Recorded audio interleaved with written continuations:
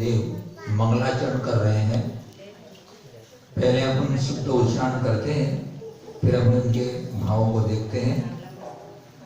भक्तामर प्रणत मौलिमणि प्रभाण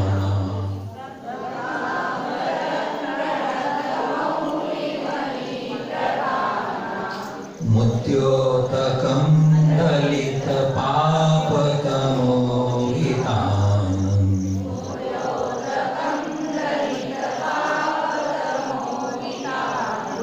सम्यक् प्रणम्य जिनपादयुगं युगारा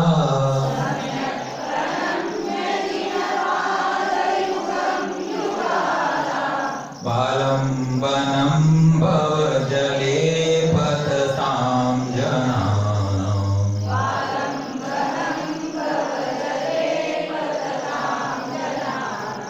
एक बार से लेंगे वो भक्तामर प्रणत मौलिमणि प्रभाण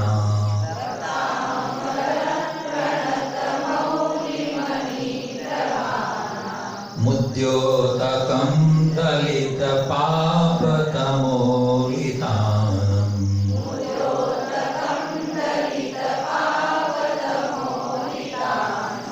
सम्यक् प्रणम्य जिनपादयुगं युगादा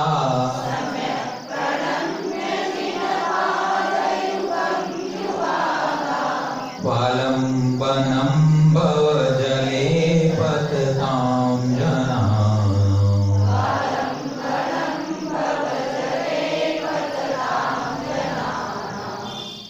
पहली पंक्ति में देखेंगे अपन भक्त अमर, अमर कहते देवों को।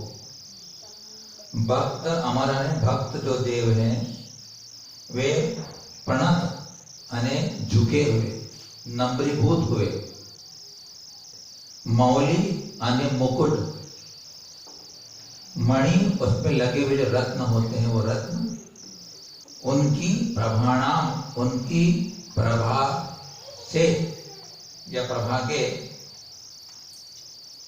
मुद्योतकम मिलेगा, उद्योतकम जो प्रभाणाम में म ऊपर चला जाएगा आधा वाला और उद्योतकम निकलेगा। तो भक्त देवों के प्रणत अने झुके हुए मौली अने मुकुटों में लगी हुई मणि अने रत्नों की प्रभाणाम अने प्रभा के उद्योतकम अने प्रकाशक, उद्योतकम अने प्रकाशक उनके प्रकाशित करने वाले। जैसे भक्त अमर अने भक्त देवों के प्रणत अने झुके हुए मौली अने मुकुटों में लगी हुई मणि अने रत्नों की प्रभाणाम अने प्रभा के उद्योतकम अने प्रकाशक प्रकाशित करने वाले। फिर पाप तमो वितानम दलित, पाप रूपी तम अने अंधकार के वितानम अने विस्तार का जो दलित अने नाशक है। पाप अने पाप जो होते पाप रूपी तम अने अंधकार, पाप रूपी अंधकार के पतान वितान अने वितान अने विस्तार, उसके विस्तार के दलित अने नाशक, उसके नाश करने वाले। अब तीसरी पंक्ति में युगादा है ना, वो युगादो हो जाएगा, संधि निकालेंगे अपन तो युगादो, युग की आदि में, भव जले, भव अने संसार, जल अने समुद्र, युग की आदि में भव अने संसार रूपी जले अने समुद्र में पतताम अने गिरते हुए, पड़ते हुए, डूबते हुए, जनानाम अने प्राणियों के क्या थे वो आलंबनम, वो जो युगादों में से संधि करें ना तो आलंबनम निकलेगा। आलंबन ने सहारे थे, सहायक थे। ऐसे जिन पाद युगम, तीसरी पंक्ति में फिर जिन पाद युगम, जिनेंद्र भगवान के पाद अने चरण रूपी युगल अने दोनों, इसलिए चरण युगल ऐसा, जिनेंद्र भगवान के चरण युगल को सम्यक भली प्रकार अच्छी तरह से प्रणम्य नमस्कार करके। यहाँ भगवान के 3 विशेषण दिए चरणों के। चरण कैसे हैं तो 3 विशेषण देके बताए गए हैं। तो पहला क्या बताया कि भक्त देवों के झुके हुए मौनी ने मुकुट में लगी हुई मणि रत्नों की प्रभा के जो प्रकाशक है।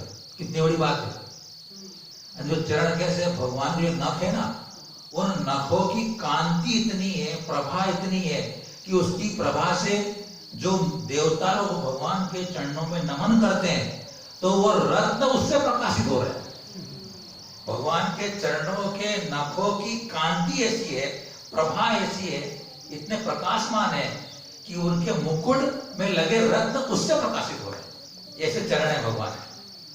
और कैसे वो फिर वो पाप रूपी अंधकार के विस्तार का नाश करने वाले हैं। और तीसरा वचन दिया कि युग की आदि में, क्योंकि जब आदिनाथ भगवान की स्तुति है तो जब चतुर्थ काल आया था उस समय की बात है, इसलिए युग के आदि में जिन्होंने संसार समुद्र में डूबते हुए जीवों को आलंबन दिया था, सहारा दिया था, उनको सहायक बने थे। वो ऐसे जो चरण कमल जिनेंद्र भगवान के हैं, चरण युगल हैं, उनको बलि प्रकार में नमस्कार करता हूं। मंगलाचरण कर रहे हैं तो किसी भी कार्य को प्रारंभ करने के लिए मंगलाचरण किया जाता है, इससे कार्य निर्विघ्न पूर्ण होता है। अब यहाँ पर इन 3 विशेषणों के माध्यम से हमारे आराध्य देव का स्वरूप बताया गया है। क्योंकि जब भगवान को केवल ज्ञान प्रकट हो जाता है, जब सर्वज्ञ हो जाते हैं, तो चारों निकाय के देव उनके चरणों में प्रणाम करते हैं, नमन करते हैं। इसलिए वो पहला विशेषण कह रहा है कि वो आदि भगवान सर्वज्ञ हैं, है ना। और दूसरा विशेषण क्या दिया, पाप के विस्तार को नाश करने वाले हैं। तो पाप कौन सा है सबसे बड़ा, मोह।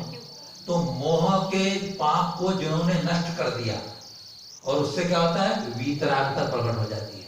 इसलिए दूसरे विशेषण से भगवान के चरण कैसे, वीतराग।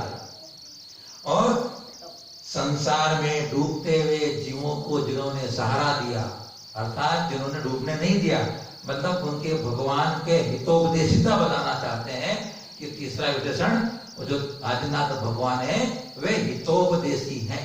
अर्थात हमारा आराध्य भगवान कैसा है, वीतराग, सर्वज्ञ और हितोपदेशी। ऐसे में भगवान को प्रणाम करके मैं अब आगे की बात दूसरे श्लोक में बताएंगे, क्योंकि शुरू के 2 श्लोक युग में है, इन दोनों को मिलकर के अर्थ निकलता है ना। तो पहला अर्थ हो गया ना कि नम्रभूत देवों के मुकुटों में लगी हुई रत्नों की प्रभा को जो विकसित करने वाले हैं, प्रकाशित करने वाले हैं, और पाप के विस्तार को नाश करने वाले हैं, और युग के आदि में डूबते हुए जीवों को सहारा देने वाले ऐसे जिनेंद्र भगवान के युगल चरण कमलों को नमस्कार करके अब क्या करते हैं बता रहे। दूसरे इसमें कोई बात समझ में आ गई, ठीक है ना। कोई आप पूछना हो पूछ सकते हो। हाँ, दूसरे श्लोक के अंदर वे अब संकल्प कर रहे हैं कि मैं भगवान आपकी स्तुति करूंगा। यह संस्तुत सकल वाङ्मय तत्वबोधा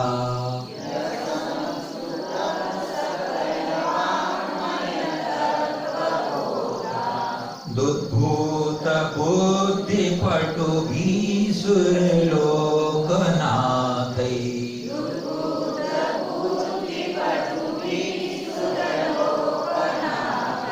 स्तोत्रैर्जगत्त्रितय चित्त हरैरुदारै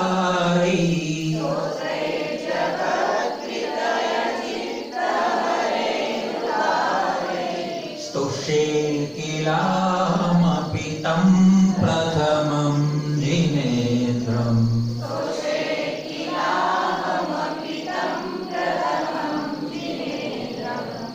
ये चित्त शब्द है ना, तो हम चित्त बोलते हैं। तो चित्त 2 डेढ़ है उसके अंदर, एक आधाता है पुराता है।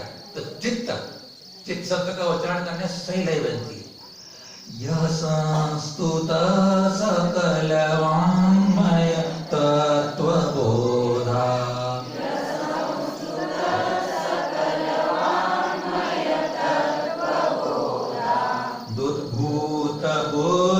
पटु भी सुरलोक नाथै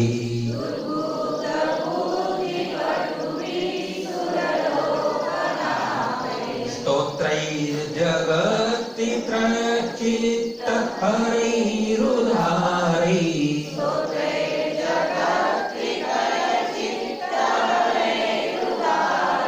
स्तुष्ये किलाहमपि तं प्रथमं जिनेन्द्रम्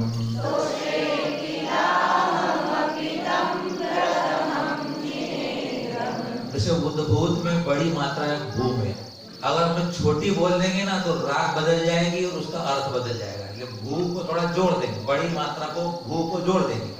अब जरूर आगे नाथई दो मात्रा है ना, नाथई बोलेंगे और नाथे बोलेंगे तो एक मात्रा हो जाएगी, तो वो ध्यान रखना पड़ेगा ना। तो अब हम उसका लगा के हम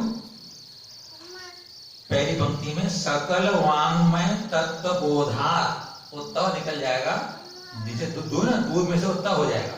तत्वबोधात उद्बोध बुद्धि पटु भी सुरलोक नाथई। इन दो पंक्तियों में जो इंद्र है उनके विशेषण बताएंगे वो इंद्र कैसा है।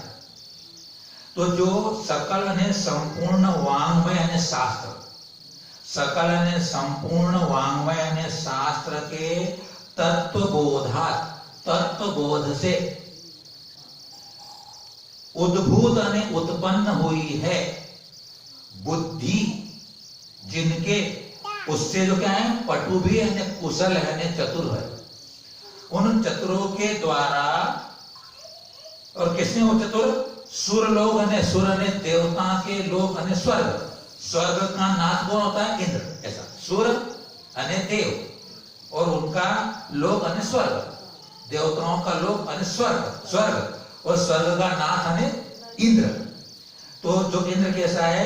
संपूर्ण शास्त्रों के तत्वबोध से जिसको उत्पन्न हुई है बुद्धि के द्वारा, जो कुशल है, ऐसे इंद्रों के द्वारा जगत त्रितय, जगत ने जगत त्रि यानी तीन, तीनों जगत के चित्त, तीनों जगत के चित्त को हरण करने वाली उदारई निकलेगा। तीसरी पंक्ति में ना चित्त हरई उदारई निकलेगा, उदारई, र को विसर्ग हो गया है, उदारई। तो तीनों जगत के चित्त को हरण करने वाले उदार यानी महान, स्तोत्रई यानी स्तोत्रों के द्वारा जो संस्तुतः स्तुति को प्राप्त हुए, संस्तुता ने स्थिति को प्राप्त हुए। यह आने जो आने कौन? आदिनाथ भगवान। यह आने कौन?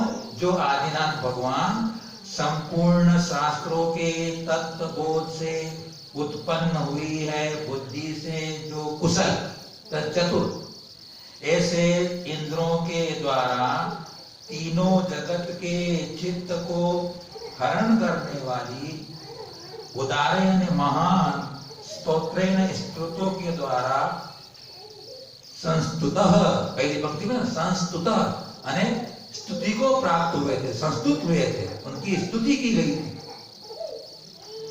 तम अने उन प्रथमम जिनेन्द्रम, अने पहली पंक्ति में जो आदिनाथ भगवान को याद नहीं किया पहले श्लोक में, दूसरे श्लोक में वो कह रहे हैं कि मैं जिनकी स्तुति करने का संकल्प कर रहा हूं वो कौन है? प्रथमम जिनेन्द्रम। तो वह तम अने उन प्रथमम जिनेन्द्र माने प्रथम जिनेन्द्र की किल अने निश्चय से अहम अपि, अहम माने मैं, अपि यानी भी, मैं भी तो से स्तुति करूंगा।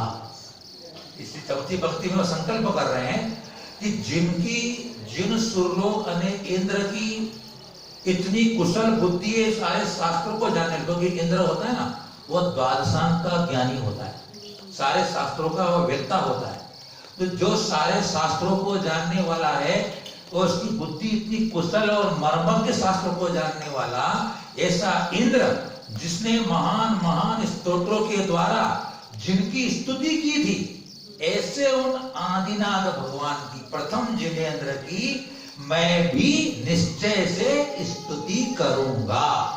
ये इसमें संकल्प कर रहे हैं, प्रतिज्ञा कर रहे हैं कि ये भगवान मैं तेरा बहुत तुच्छ आदमी हूं, मैं क्या कर सकता हूं। जिनकी जो कि ऐसे देवताओं के द्वारा बड़े बड़े महान स्तोत्रों के द्वारा स्तुत हुए हैं, उनकी स्तुति हुई है, तो मैं तुच्छ प्राणी भी आपकी स्तुति करने के लिए यहाँ संकल्प करता हूं। इतना सा इस श्लोक का अर्थ है। तो मतलब क्या हुआ, वो देव कैसे हैं, तो सर्वशास्त्र के मर्मज्ञ हैं, बुद्धिमान हैं और स्तुति करने में चतुर है। और महान स्तुति कैसी, उत्तम और मधुर स्तोत्रों के द्वारा स्तुति की गई उनकी। ऐसे आदिनाथ भगवान की स्तुति करने का संकल्प मानतुंगाचार्य देव ने किया है। अब आने वाले दिन अपन फिर अगले 2 श्लोकों के माध्यम से, क्योंकि अब आगे